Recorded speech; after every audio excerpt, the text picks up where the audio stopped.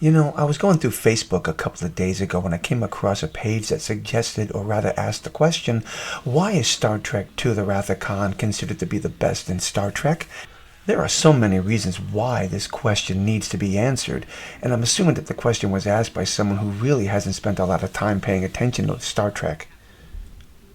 All the Star Treks that have come after The Wrath of Khan were good, but they just cannot compete with The Wrath of Khan because Star Trek was in a place where its future was uncertain, and then The Wrath of Khan came along and that changed everything.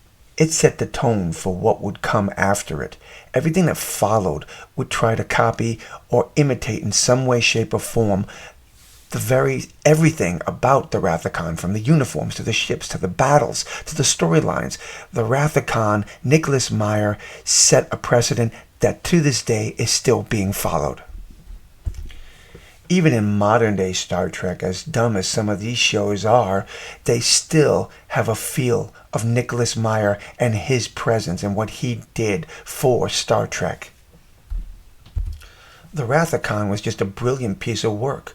From the moment the movie started to the moment the movie ended, it kept the audience intrigued. You didn't even have to be a fan of Star Trek. You could sit down and within the 15 minutes of this movie starting, you would know who the characters were, what the point of the story is, and what they're going to have to do to get to the end. And even the ending was so overwhelming for people, even again, people who didn't even know about Spock, about Kirk, and about the Star Trek crew.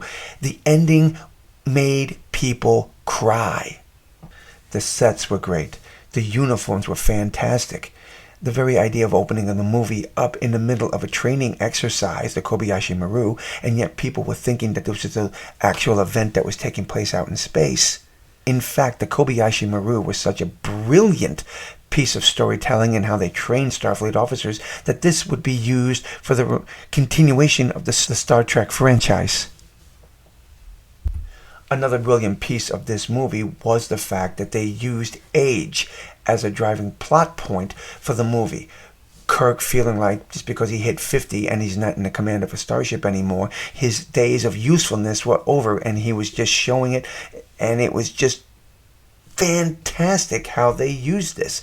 Even his vision problems. He's not that old yet. He's 50, and yet because he's not in the command of a starship, he feels like his best days are behind him, when he's still got plenty ahead of him. Even McCoy tells him to get his command back. He's wasting his time sitting there behind a desk. As I said, within about 15 minutes of the movie starting, you knew what was going to happen. You knew the plot. You knew who the villain was and why he felt the way he did about Kirk.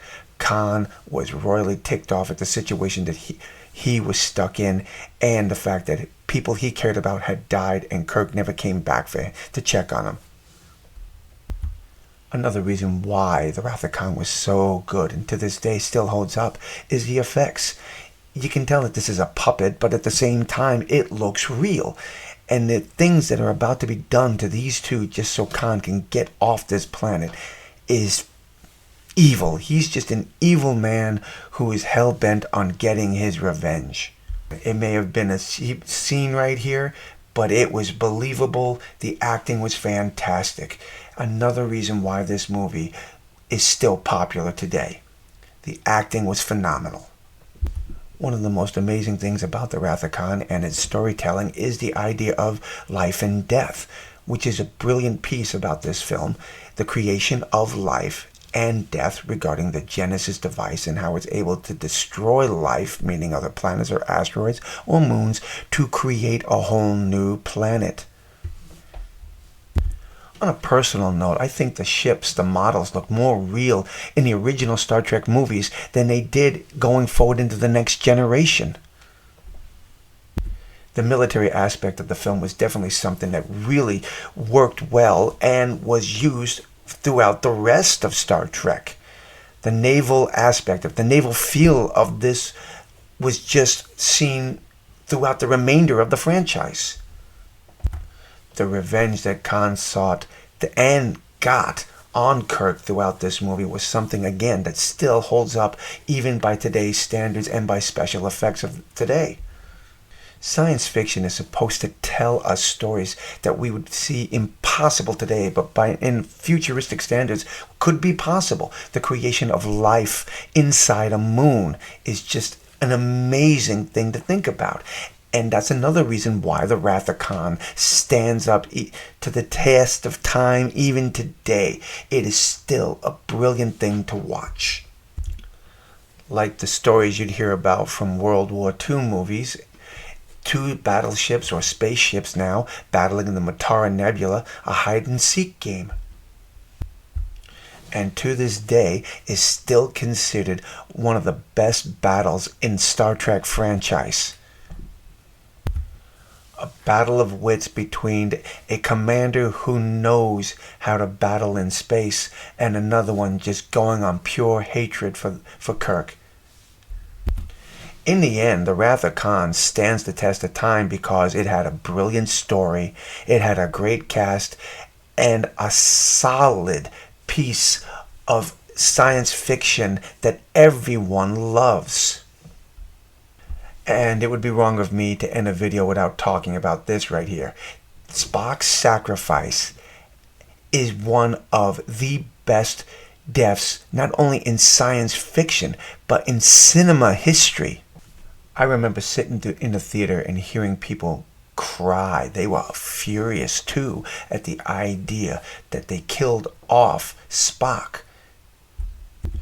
The conversation that the two of them had at the end here, the wall separating them, the container barrier separating them, was just enough of a tearjerker for a lot of people. And when they left the theater, they were mad and sending letters off to Paramount as to why they killed off Spock. The search for Spock would be a good continuation of the story, but it is the Wrath of Khan that was the groundbreaking film that set the tone for what Star Trek was to become from that point on.